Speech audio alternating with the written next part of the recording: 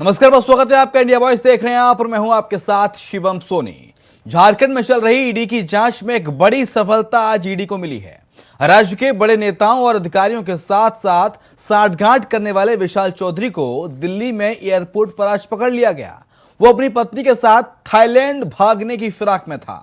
जानकारी के मुताबिक विशाल के यहां जब ईडी की छापेमारी हुई थी तब कई बड़े अधिकारियों और नेताओं के साथ सांठगांठ की जानकारी ईडी को मिली। ईडी ने पूछताछ के बाद उसे छोड़ दिया था, लेकिन काफी समय से विशाल चौधरी गायब था। ईडी ने पहले की उसके खिलाफ लुकआउट नोटिस जारी कर रखा था। गायब होने के बाद वो कल दिल्ली में थाईलैंड के लिए हवाई जहाज में पत्नी के साथ बैठ चुका था, जिसके बाद सुरक्षा कर्मियों को जानकारी मिली। विशाल के नाम लुकआउट नोटिस ईडी ने पहले ही जारी कर रखा था और इसके बाद विशाल और उसकी पत्नी को प्लेन से उतार लिया गया और ईडी की टीम के हवाले कर दिया गया। बाद में ईडी की टीम ने विशाल को 28 नवंबर को ईडी कार्यालय में रांची में पेश होने के निर्देश दिए हैं और इसी पर आज करेंगे चर्चा। लेकिन उससे पहले रुक कर लेते हैं रांची से हमारे संवाददाता राकेश सीधे जुड़ गए हैं। राकेश, एक इस बार आज जो पूरा घटनाक्रम हुआ उसको जरा विस्तार से समझाइए दर्शकों के लिहाज से। जिस तरीके से ईडी की कार्रवाई लगातार चल रही थी और कई चीजों को लेकर बार बार छापेमारी भी हो रही थी और कई लोग गिरफ्तार हुए थे। खास करके सबसे बड़ी बात विशाल चौधरी नाम का एक व्यक्ति था जो अशोक नगर में रहता था, उसके आवास की छापेमारी की थी और इसके बाद से वहां पे चीजों को लेकर अपने साथ की और साथ ही साथ ये कहा गया था कि वो विदाउट नोटिस कहीं जाएगा नहीं, बाहर नहीं जाएगा। और इसके बाद से विशाल चौधरी किस तरीके से फरार था, बार बार ईडी की तरफ से इस बात की जानकारी दी जा रही थी कि वो आए और अपना जवाब दे, लेकिन किसी भी तरह से विशाल चौधरी हाजिर नहीं हो पा रहा था। और ऐसे में ईडी की टीम लगातार इस बारे में निगाह रखी थी। सबसे अहम बात कही जा सकती है कि विशाल चौधरी गायब होने के साथ साथ थाईलैंड जाने की तैयारी कर रहा था और अपनी पत्नी के साथ एरोप्लेन पे बैठ भी गया था। और उसके बाद लुकआउट नोटिस के आधार पर जब वहां के जांच अधिकारियों को जानकारी मिली दिल्ली में कि ये शायद भगोड़ा साबित हो सकता है, तो ऐसे में उन्होंने कार्रवाई की और प्लेन से ही उसे उतारकर फिर ईडी की टीम को बुलाया गया और बातचीत करने के बाद से उसे छोड़ फिलहाल दिया गया है। लेकिन ये कहा गया है ना तो वो बाहर जाएगा, ना ही ईडी की टीम की तरफ से कोई सहयोग जो मानी जाएगी उसमें किसी तरह की कोई कोताही बरतेगा। तो 28 नवंबर को उसको फिर से बुलाया गया विशाल चौधरी को और हो सकता है कि विशाल चौधरी से जो बातचीत होगी उसके आधार पे कई बड़े खुलासे हो सकते हैं। एक बात मैं और बताना चाहूंगा कि इस पूरे घटनाक्रम में विशाल चौधरी के यहाँ से जब ईडी की टीम छापेमारी की थी तो कई वीडियो फुटेज मोबाइल। ठीक है, क्या कुछ प्रतिक्रिया आई है इस पूरे मामले पर, वो जरा पहले दर्शकों को सुनवा देते हैं। क्या कुछ बाइट्स रिएक्शंस हैं वो आपको सुनाते हैं। स्कैम है, कहा जाता है कि 3-4 लोगों से जिस स्कैम के सीधे तार जुड़े हैं और जिन 4 लोगों के जरिए सत्ता के शीर्ष में बैठे एक बड़े राजनेता से ये तार जुड़े हुए हैं, उसमें विशाल चौधरी भी इन 4 सूत्रधारों में एक था। तो जिस तरीके से ये इसको गिरफ्तार झारखंड पुलिस नहीं कर पाई या ये ईडी की कस्टडी में नहीं आ पाया, उसके बाद ये भागने की कोशिश कर रहा था, तो ऐसा लगता है कि सत्ता के शीर्ष में बैठे जो राजनेता है जिसने इस पूरे इलीगल माइनिंग के रैकेट को, ट्रांसफर पोस्टिंग के रैकेट को चलाया है, वो चाहते नहीं है कि ऐसे विशाल चौधरी जैसे लोग पकड़े जाए ताकि सारी पोल पट्टी खुल सके। इतने बड़े जहां तक सूचना है कि वो थाईलैंड जा रहा था, तो थाईलैंड का वीजा राज्य सरकार देती है क्या? विदेशों का वीजा राज्य सरकार नहीं देती है, ये भाजपा के मित्रों को पता होना चाहिए। केंद्र में उनकी सरकार है, किसी भी देश का वीजा जो है केंद्र सरकार देती है। तो जब केंद्र सरकार उसको वीजा दी है तब वो थाईलैंड जा रहा था। तो देखिए, अपनी नाकामियों को छिपाने के लिए अगर वो लगातार महागठबंधन सरकार पर आरोप लगाते रहे तो वो लगा करके अपनी राजनीति तो विशाल चौधरी विदेश भागने के फिराक में था, लेकिन समय रहते ईडी की टीम वहां पहुंची, पुलिस ने उसे हवाई जहाज से उतारा, उनकी पत्नी को उतारा। लेकिन अगर विदेश भाग जाता विशाल चौधरी तो इसमें पूरे मामले में जो सियासत गरमा रही है उसको और हवा मिलती। दरअसल जब लुकआउट नोटिस जारी है तो वीजा की परमिशन केंद्र सरकार कैसे दे सकती है, यह भी एक बड़ा सवाल है। तो वहीं भारतीय जनता पार्टी कह रही है कि राज्य सरकार चाहती है कि गिरफ्तारी ना हो, इस तरह के आरोपियों पर कार्रवाई ना हो, यह बड़ा सवाल है। मेहमानों का रुख कर लेते हैं। हमारे साथ हमारे खास मेहमान जुड़ गए हैं। उज्जवल तिवारी हैं, उज्जवल तिवारी नहीं है, हमारे साथ हैं अनंत अमित, प्रवक्ता भारतीय जनता पार्टी। अनंत जी, मेरी आवाज आपको मिल रही है? जी बिल्कुल बिल्कुल आ रही है। सर, राज्य सरकार कह रही है कि जब लुकआउट नोटिस जारी हो गया है तो वीजा की परमिशन कैसे मिल गई, विशाल चौधरी को? ये बड़ा सवाल है। देखिए मित्र, पहले मैं अपने कांग्रेस के मित्र को ये बताना चाहता हूँ, शिवम मेरा नाम है सर। वीजा जो भारत सरकार देती है, तो मैं उनको बताना चाहता हूँ इंडिया वॉइस के माध्यम से कि थाईलैंड का वीजा जो है ना, ऑन अराइवल वीजा होता है। वहां पहुंचने के बाद उसकी आवश्यकता पड़ती है, पहले वीजा लेने की आवश्यकता नहीं होती है। जहां तक अभी राकेश जी बता रहे थे, मैं उनके बातों से सहमत हूँ। पिछले 24 मई को विशाल चौधरी के घर पे ईडी की रेड होती है, उनके घर की तलाशी ली जाती है और बहुत सारे फुटेज मिलते हैं, जिसमें जैसा कि राकेश जी बता रहे थे कि एक मोबाइल भी मिलता है जो कि उनके कूड़ेदान में होता है। जब ईडी उसको वापस लाती है, उसमें बहुत कुछ खंगालती है, तो जैसी हमें जानकारी सूत्रों के माध्यम से मिली है कि उसमें बहुत सारे तस्वीरें हैं, बहुत सारे डॉक्यूमेंट है। और लोग तो ये भी कह रहे हैं हमारे झारखंड में कि एक विभाग है जो कि पूरे प्रदेश को प्रकाश फैलाता है, और आज वो प्रकाश भी धीमा पड़ गया है। पूरा विभाग ही वो विकास विशाल चौधरी चलाते थे। अब तो ईडी लगातार उनको बुला रही थी, और बुलाने के बावजूद जब वो नहीं आए तो लुक आफ्टर नोटिस जारी किया गया था, जिसके तहत कल उनको दिल्ली के एयरपोर्ट पे डिटेन किया जाता है। ईडी को जानकारी दी जाती है, ईडी के अधिकारी आते हैं, उनके हाथ में नोटिस थमाते हैं और 28 तारीख को उनको बुलाया जाता है। उनके देखिए, जैसा कि प्रोमो में भी दिखाया जा रहा था, हमारे भाजपा के साथी प्रफुल्ल साहदेव जी कह रहे थे कि निश्चित तौर पे विगत 3 वर्षों में हेमंत सोरेन जी के नेतृत्व में जो सरकार चल रही, जो भ्रष्टाचार की जननी बनी हुई है, जो भ्रष्टाचार में पूरे कंठ तक डूबी हुई सरकार है, निश्चित तौर पे ऐसा लगता है कि राज्य सरकार उसको बचाना चाह रही थी और उसको भगाना चाह रही थी, जिसके तहत जो भी सबूत हो वो सबूत मिल जाए और जो लोग फंसने वाले लोग हैं वो बच जाए। अभी आप और एक महत्वपूर्ण बात हुई है, अभी ईडी ने पूजा सिंघल जी के सीए को सुमन कुमार को 2 दिन के लिए फिर पूछताछ के लिए परमिशन दिया है। अब लगता है कि ईडी की जांच से जो उज्जवल तिवारी हैं, महासचिव यूथ कांग्रेस के, इस वक्त हमारे साथ फोन लाइन पर। उज्जवल जी, मेरी आवाज आपको मिल रही है? जी आ रही है। उज्जवल जी, बीजेपी आरोप लगा रही है कि राज्य सरकार के द्वारा संरक्षण मिल रहा था विशाल चौधरी को। देखिए, पहली बात थाईलैंड का, ये बात तो सही बात है कि ये वीजा का पूरा मुद्दा केंद्र सरकार का होता है और थाईलैंड का अराइवल वीजा होता है, ये भी एकदम सही बात है। ठीक है, परंतु ईडी ने आज भी उसको समन धरा के छोड़ दिया। आवाज आ रही है आपको? आ रही है सर। ईडी जब क्या करते हैं, देखा कि वो इंटरनेशनल एयरपोर्ट में और इंटरनेशनल विजिट करने जा रहा है, वो तो भाग रहा था, जैसा मीडिया के माध्यम से हम लोग को पता चला। तो क्यों नहीं ईडी उस वक्त उसको अरेस्ट कर लिया? तो संरक्षण कहीं ना कहीं उसको बीजेपी का मिला है। आप समझिए कि जो व्यक्ति कल्प्रिट है, जिसको एक बार समन दे दिया गया, वो थाईलैंड के फ्लाइट से उतारा गया अपने परिवार के साथ, उसको भी क्या किया गया? ईडी, केंद्र सरकार की एजेंसी। सर, कल्प्रिट कैसे कह सकते हैं? अभी पूरे मामले की ईडी जांच कर रही है ना, अभी पूरे मामले की जांच कर रही है। अगर कल्प्रिट होता तो व्यक्ति जेल में होता। उज्जवल तिवारी, अगर कल्प्रिट नहीं भाग रहा था ना ईडी के समन के बाद, आप बीजेपी के साथी ने कह रहे कि भाग रहा था, ठीक है, भाग रहा था तो उसको तो सीधे वहां से अरेस्ट करके हाउस अरेस्ट कर दे। उसमें क्या है कि ईडी तो केंद्र सरकार की है। और ये पूरा डर, देखिए, उनको इंटरनेशनल भगाने का, मेहुल चौकसी जी भी माननीय प्रधानमंत्री जी के साथ एक कार्यक्रम के बाद देश छोड़ के भागे थे। उस समय भी केंद्र सरकार बीजेपी की थी और आज भी है। तो कहीं ना कहीं ये अपना पूरा ठिकरा कांग्रेस, ठीक है। अनंत अमित, अगर आप संरक्षण नहीं दे रहे हैं तो फिर आपने गिरफ्तार क्यों नहीं किया? ईडी ने छोड़ क्यों दिया पकड़ने के बाद विशाल चौधरी को? देखिए, जिस तरीके से उज्जवल जी कह रहे थे, सारी एजेंसी, भारत सरकार की चाहे जो भी एजेंसी हो, चाहे राज्य सरकार की जो एजेंसी हो, एजेंसी का एक मापदंड होता है, मापदंड के तहत वो कार्रवाई करती है। निश्चित तौर पे एजेंसी को ऐसा कुछ लगा होगा, ये तो एजेंसी बता पाएगी गिरफ्तार क्यों नहीं किया। लेकिन ये उज्जवल जी जिस तरीके से कह रहे कि एजेंसी को गिरफ्तार कर लेना चाहिए था, ये कर लेना चाहिए था, भारत सरकार ये, अरे साहब, इसमें भारत सरकार क्या करे? भारत सरकार ने तो ये किया कि एलओसी जारी कर रखा था, उसको पकड़ लिया और उसको एक नोटिस हाथ में थमाया कि भाई 26-28 तारीख को आप आइए।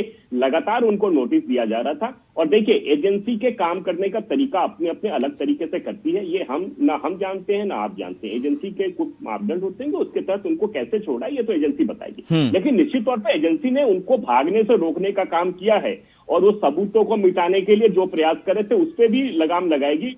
जो भी एजेंसियां जो काम कर रही है, निश्चित तौर पर दूध का दूध, पानी का पानी होगा। बहुत सारे लोग हमें ऐसा लगता है कि बहुत सारे लोग, बहुत सारे अधिकारी जो विभाग चला रहे थे, ये व्यक्ति, ये इनकी 2 कंपनियां थी अशोकनगर में, जो ऑफिस खोल के ये जो दुकान चला रहे थे, ये दुकान का पर्दाफाश हो चुका है और बहुत जल्दी बहुत वो अधिकारी और नेता भी फंसने वाले हैं जिनके सिरपरस्ती पे ये काम कर रहे थे।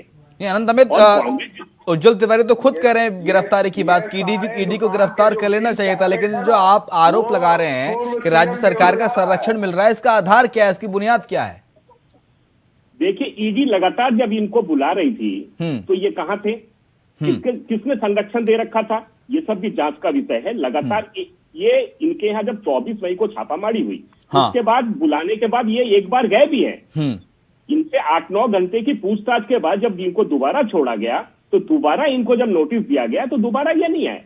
अब वो सुमन कुमार सीए को जो 2 दिन के लिए जुडिशियल ने, कोर्ट ने उनको पूछताछ के लिए ईडी को परमिशन दिया है, जो कि जेल के अंदर पूछताछ होगा, तो ये भी एक कड़ी है, ये भी जांच का विषय है। इससे भी जांच बहुत सारे पर्चे खुलेंगी, चाहे वो सुमन बताएगा, चाहे वो चौधरी बताएगा, और जो भी लोग होंगे, जो भी राज्य सरकार के जो लोग होंगे जो इनको पनाह दे रहेंगे, सारे पर्दाफाश होंगे। हम तो कह रहे हैं, हम तो विभाग बता रहे हैं साहब आपको कि वो विभाग की जानकारी ले लीजिए कि उसमें कौन लोग मैन पावर का काम कर रहा था। विशाल चौधरी की कंपनी काम कर रही थी। सुमन जी भी पूजा सिंघल जी से कनेक्टेड है, विशाल चौधरी जी भी पूजा सिंघल जी के मनरेगा घोटाला से कनेक्टेड है, पीपी साहब भी क्या कहते हैं मनहट घोटाला से कनेक्टेड है, ठीक है। तो ये सारे लोग कनेक्टेड एक व्यक्ति से है, जो भारतीय बीजेपी के पूर्व सीएम रघुवर दास जी के सरकार के समय में, ठीक है। तो पूरा तो जांच का विषय है। आप 3 साल से सरकार में आपको कही है, आपको जो जीविका के साथ जीवन चलाने का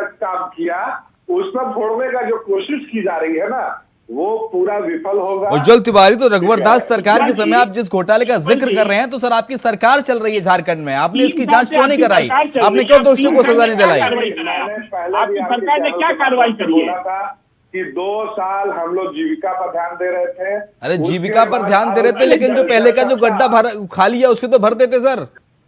देखिए, पहले जीवन बचाने का कार्य किया गया 2 साल, उसके बाद धीरे धीरे सरकार जब नॉर्मल, पहले जीवन बचाने का काम किया गया, अब मुख्यमंत्री हेमंत सोरेन खुद को बचाते फिर रहे हैं ईडी की कार्रवाई से। खैर, उज्जवल तिवारी ये बताइए, कभी नहीं, आपको ऐसा गलतफहमी है कि हेमंत सोरेन जी बचाते फिर रहे हैं।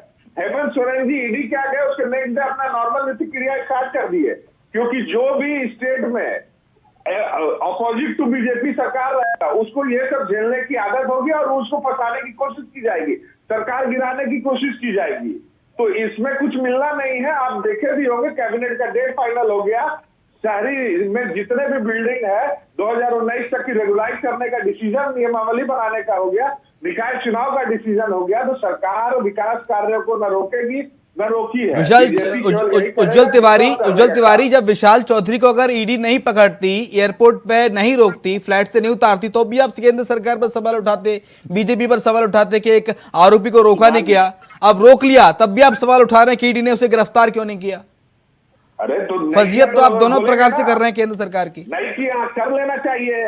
बीजेपी के साथी ना बोले कि कई बार समझ गया तब भी नहीं हुआ, तो आप कई बार समझ के बाद ईडी को कार्रवाई किस तरह कैसे करनी है, केंद्र सरकार की जांच एजेंसियों को कार्रवाई कैसे करनी है, उज्जवल तिवारी बताएंगे अब या कांग्रेस पार्टी बताएगी? ईडी सिर्फ और सिर्फ बीजेपी के शीर्ष लीडर्स को बचाना चाह रहा है। ईडी ये जांच करके देख लिया है कि सब तार रघुवर दास जी और पूर्व सरकार की ओर जा रहा है, इसीलिए ईडी सिर्फ और सिर्फ इन लोगों को बचाने की कोशिश कर रहा है। ठीक है, अनंत अमित, लगातार इस तरह से केंद्र सरकार की जांच एजेंसियों पर सवाल उठते रहे हैं और फिर उज्जवल तिवारी सवाल उठा रहे हैं कि आप द्विपक्षीय कार्रवाई क्यों करते हैं? सर, कार्रवाई निष्पक्षता से होनी चाहिए, जो दोषी हो उस पर कार्रवाई हो। देखिए, मैं बार बार कहता हूं कि इस देश में भ्रष्टाचार की जननी कांग्रेस रही है और रहेगी। हाँ, वो तो झारखंड मुक्ति मोर्चा जैसी पार्टी को ये सोचना चाहिए कि ये बार बार ये कहते हैं जो भारतीय जनता पार्टी ने ये किया। आप ये बताइए कि लालू यादव या शिबू सोरेन को जेल में किसने भेजा? किसकी सरकार थी? ये कांग्रेस की सरकार थी। लेकिन हेमंत सोरेन भ्रष्टाचार के पूरे गिरोह में फंस गए हैं। उनको ये दिख नहीं रहा है कि कांग्रेस ने हमारे साथ क्या किया और भारतीय जनता पार्टी ने हमारे साथ क्या किया। भारतीय जनता पार्टी ने राज्य बनाने का काम किया और कांग्रेस के साथ आपने राज्य बेचने का काम किया, ये पूरा प्रदेश की जनता जान चुकी है। आप देख रहे होंगे कि लगातार पिछले 3 दिन से पूरे झारखंड के शहरों पे, राजधानी से लेकर तमाम 24 जिला में भाजपा के कार्यकर्ताओं के साथ प्रदेश का एक एक घर का एक एक लोग सड़क पे उतर के इस राज्य सरकार के भ्रष्टाचार के खिलाफ जिस तरीके से बिगुल बजाया है, इस सरकार को उखाड़ फेंकने का जो संकल्प लिया है, ये आने वाले समय में सरकार को और भारतीय जनता पार्टी ये दिखा देगी कि आपको जो हम कह रहे थे उस जनता ने हमारी बातों को माना है। आप भ्रष्टाचारी हैं, आप देशद्रोही हैं, आप आदिवासी विरोधी हैं, आप अल्पसंख्यक विरोधी हैं, आप तमाम विरोध की काम करते हैं और जनता ने आपको नकार दिया है। नहीं अनंत अमित, आरोप तो ये भी है विशाल चौधरी पर, जब लुकआउट नोटिस सरकार ने जारी कर दिया था इनके खिलाफ, ईडी इनको तलाश रही थी, ये गैप चल रहे थे, तब ये रंगरलियां मनाते थे, रंगीन पार्टियां करते थे, पता नहीं क्या क्या करते थे विशाल चौधरी। हमें तो ये भी जानकारी है, बल्कि राकेश जी बेहतर बता पाएंगे कि ये भी शहर में लोग कहते हैं कि ये हर महीने 2-3 दिन कई अधिकारियों और कई नेताओं को थाईलैंड और श्रीलंका तमाम कई देशों की यात्रा पे रहती थी। ये सारे जानकारी है एजेंसियों के पास और एजेंसी लगातार काम कर रही है। कई विभाग तो तब भी तो आप गिरफ्तार नहीं कर पाए, आपको जानकारी है, सब आपको पता है कहां पार्टीज हो रही हैं, कहां की ट्रिप का प्लान कर रहे हैं, तब भी तो आप गिरफ्तार नहीं कर पाए। आपकी जांच एजेंसी केंद्र में आपकी पुलिस नहीं, मैं बार बार कह रहा हूं कि देखिए एजेंसी अपने तरीके से, अपने तौर तरीके से काम करती है। अब किसी वजह से, अब क्या, ये तो एजेंसी बेहतर पता पाएगी कि क्यों इनको छोड़ा। हो सकता है कि ये किससे बात कर रहे हो, क्या कहां जा रहे हो, वो भी एजेंसी चेक कर रही हो, इनके किनसे संबंध है, बहुत सारी चीजें होती है, वो एजेंसी बता पाएगी बेहतर। वो सारे लोग हम भी जानते हैं, आप भी जानते हैं, लेकिन ठीक है क्योंकि हम राष्ट्रीय चैनल पे बैठे हैं तो मुद्दों की बात करेंगे। तो जिस तरीके से विशाल चौधरी पूरे प्रदेश में जो एक दलाली प्रथा जो चला रहे थे, उस दलाली प्रथा का पर्दाफाश हो चुका है और आने वाले समय में देखिएगा 28 तारीख के पूछताछ के बाद जो बातें हम लोग कर रहे हैं वो बातें निकल के आएगी और जो आप चाह रहे हैं और जो हम चाह रहे हैं वो भी होगा। ठीक है, ये विशाल जी को भी पता है कि आगे क्या होना है। ठीक है, राकेश का रुख कर लेते हैं। राकेश लगातार रांची से जुड़े हुए हैं। राकेश, आगे इस पूरे घटनाक्रम को कैसे बढ़ते हुए देख रहे हैं आप, क्योंकि अब ईडी ने रोक लिया है विशाल चौधरी को, थाईलैंड भाग जाते तो ईडी को पूछताछ में दिक्कत होती, हालांकि लुकआउट नोटिस उनके खिलाफ जारी था। देखिए कई चीजें एक साथ जुड़ रही है, खास करके सबसे बड़ी बात जो देखने को मिल रही है कि हाँ। जिन लोगों से पूछताछ ईडी की टीम कर रही है उसमें कई चीजों को एक साथ देखा गया था खास करके, और उसमें सबसे बड़ी बात कही जा सकती है अभी के संदर्भ में विशाल चौधरी की गिरफ्तारी के बाद से कई ऐसे अधिकारी हैं जिन पर कहीं न कहीं ईडी की गाज गिर सकती है या फिर वो रडार पे आ सकते हैं, उनसे पूछताछ भी हो सकती है। यही सबसे बड़ी बात कही जा सकती है और मुझे जो लगता है कि विशाल चौधरी को इसीलिए जानबूझकर थोड़ा बाहर रहने दिया गया है कि कहीं न कहीं वो जो बातचीत करेगा या जो चीज करेगा उसके बाद से वो गतिविधियां भी सामने आ जाएंगी ईडी की, क्योंकि ईडी की टीम तमाम चीजों पे निगाहें बना के रखी है। हो सकता है कि विशाल चौधरी के तमाम गतिविधियों पे भी ईडी की नजर हो। तो अभी की बात की जाए तो विशाल चौधरी एक बड़ा नाम आता था राज्य में और अब वो कहीं न कहीं ईडी के रडार पे है। पूछताछ होगी 28 तारीख को, कौन कौन से लोग उसमें आएंगे, कितने पुराने मामले निकलेंगे, कितने नए मामले निकलेंगे, ये सारी चीजें ईडी जरूर तहकीकात करेगी। और मुझे लगता है कि जब ईडी अपनी नेक्स्ट चार्जशीट दायर करेगी उस समय और कुछ सामने आ पाएगा कि आखिर इसके अंदर खाने में क्या क्या चल रहा था और किन किन चीजों को लेकर ईडी कार्रवाई कर रही है। जी ठीक है, उज्जवल तिवारी, आप कह रहे हैं कि विशाल चौधरी के नाम का खुलासा नहीं होने दे रही थी बीजेपी, क्योंकि इनके संबंध थे, इनके सीधा कनेक्शन था पूजा सिंघल से, पूर्व मुख्यमंत्री रघुवर दास से। आप भी के तो सर 6 माइंस अधिकारी फंस रहे हैं, इस पे भी तो शिकंजा कसने जा रही है ईडी। देखिए अधिकारी सरकार का होता है, किसी व्यक्ति विशेष का नहीं होता है। पहला बात, सरकार जिसकी होती है, सरकार को ये जिम्मेदारी होता है कि अधिकारियों के कार्यों को जांच करना और उसको सही ढंग से समाज के विकसित कार्यों को करना। जैसा कि बीजेपी के साथी बता रहे थे कि ये ईडी जांच करेगी, ठीक है, और ईडी की नीतियां इन्होंने गिना दी। तो ये कैसे बता देते हैं कि हेमंत सोरेन फंस गए? इन लोग तो ये जब चिल्ला के हर जगह पूछते फिर रहे हैं कि हेमंत सोरेन जी फंस गए। तो उसी तरह ये भी बता सकते थे कि विशाल चौधरी जी भाग रहे थे कि क्यों छोड़ दिया गया। ठीक है, पहला बात। दूसरा बात कि जितने भी तारे आप देख ले, इन्होंने बोला कि विशाल चौधरी विदेश घुमाए हैं। ठीक है, पिछले 3 साल में कितने अधिकारी विदेश गए हैं इसका डेटा निकल सकता है इनकी केंद्र के पासपोर्ट विभाग से। ये निकाल ले, और कितने 5 साल में गए हैं विशाल चौधरी के साथ, ये भी इनको मिल जाएगा। ठीक नहीं, है? अगर विशाल चौधरी तो को ये केंद्र तो सरकार संरक्षण विशाल दे रही होती चौधरी ना के सर, साथ कितने IAS गए हैं बाहर, अनंत ये अनंत है। अमित कह रहे हैं, तो जिस फिर तरह ईडी ये ने पूरा रोकती क्यों सिंगल एयरपोर्ट जाके? पूरा यूपी बीजेपी के सत्ता के टाइम का, अरे सर, पूरा जब जो केंद्र कदम सरकार के से साथ संरक्षण टिकट मिल रहा होता है तो यूपीए ईडी की डाल टीम रहे ने थे, तो रोकती वो तो क्यों? साबित हो गया। तो उसमें ईडी ने दे दिया कि पूजा सिंघल ने एक भी टेंडर नहीं निकाला है इस सरकार के कार्यकाल में। वो लिस्ट जो ईडी ने दिया उसमें लिखा हुआ है। तो उसी तरह 28 तारीख को जब ईडी पूछेगी ना, तो यह भी क्लियर हो जाएगा कि विशाल चौधरी इस सरकार में क्या थे और क्या नहीं थे, ये सच्चाई। और पिछले 5 साल में वो किसके गॉडफादर बने बैठे थे, कितने बीजेपी नेताओं के साथ घुमा करते थे, ये सारा आ जाएगा। जिस तरह प्रेम प्रकाश की गाड़ी में, इनोवा में पूर्व सीएम माननीय रघुवर दास जी घुमा करते थे, और जिसका जवाब ये लोग नहीं दे पाते हैं और बोलते हैं प्रेम प्रकाश यूपीए की सरकार के किया। कितने स्किल का टेंडर प्रेम प्रकाश ने मैनेज किया, वो भी 2019 की पहले की दर्शा दी गई है। ईडी ने भी ये बात को मेंशन किया है। ठीक है, तो जांच होने दीजिए। मैं उज्जवल तिवारी ये कह रहा हूँ, आप सीधा आरोप लगा रहे हैं बीजेपी पर। गुरु के सहारा का तारा इनके 3 बंधुओं पे आएगा, रघुवर दास जी। चलिए ठीक है, मैं उज्जवल मिश्रा जी की बात को आगे दूसरे बढ़ाता को हूं। छोड़े। उज्जवल मिश्रा जी ये कह रहे हैं कि ईडी ने ये कहा कि पूजा सिंघल जी ने कोई टेंडर नहीं निकाला। ठीक है, हमने मान लिया, लेकिन आप इस बात को मानने को तैयार नहीं है। आपके माननीय मुख्यमंत्री इस बात को मानने को तैयार नहीं है कि नहीं अनंत अमित, मैं ये कह रहा हूं, अगर विशाल चौधरी से डर था, विशाल चौधरी से अगर ईडी पूछताछ करेगी ना, तो फिर रघुवर दास का भी नाम सामने आएगा और भी तमाम सारी जो परतें हैं वो खुलेंगी। तो फिर आपने रोका क्यों? जाने देते हो उनको अगर डर है तो। उज्जवल तिवारी कह रहे हैं। नहीं, हम तो देखिए, हम तो जो भी एजेंसियां जो आरोप लग रहा सीधा सीधा कि बीजेपी डर रही है। हम तो तैयार है, हम तो स्वागत कर रहे हैं कि भाई जांच कीजिए। हम तो बैठे हुए, हमारे पार्टी के तमाम नेता प्रदेश में है। प्रदेश में आप जांच कीजिए ना। आपके यहाँ भी तो राज्य सरकार की एजेंसियां हैं, आप जांच कर लीजिए। हम तो तैयार बैठे, हम तो बार बार कह रहे हैं। जब देश का सबसे बड़ा ईडी एजेंसी जांच कर रहा है तो फिर हम इंटरफेयर क्यों करें? कल को आप बोलिएगा कि इंटरफेयर कर रहे हैं तो उज्जवल जी ये हो रहा है ना। चलिए, समय समाप्त हो गया है। बहुत शुक्रिया आपका अनंत अमित, चर्चा में शामिल होने के लिए। उज्जवल तिवारी आपका बहुत शुक्रिया। राकेश हमारे संवाददाता रांची से जुड़े थे। राकेश, बहुत शुक्रिया आपका शामिल होने के लिए। और इसी के साथ हमारी इस खास पेशकश में इतना ही। खबरें लगातार जारी हैं।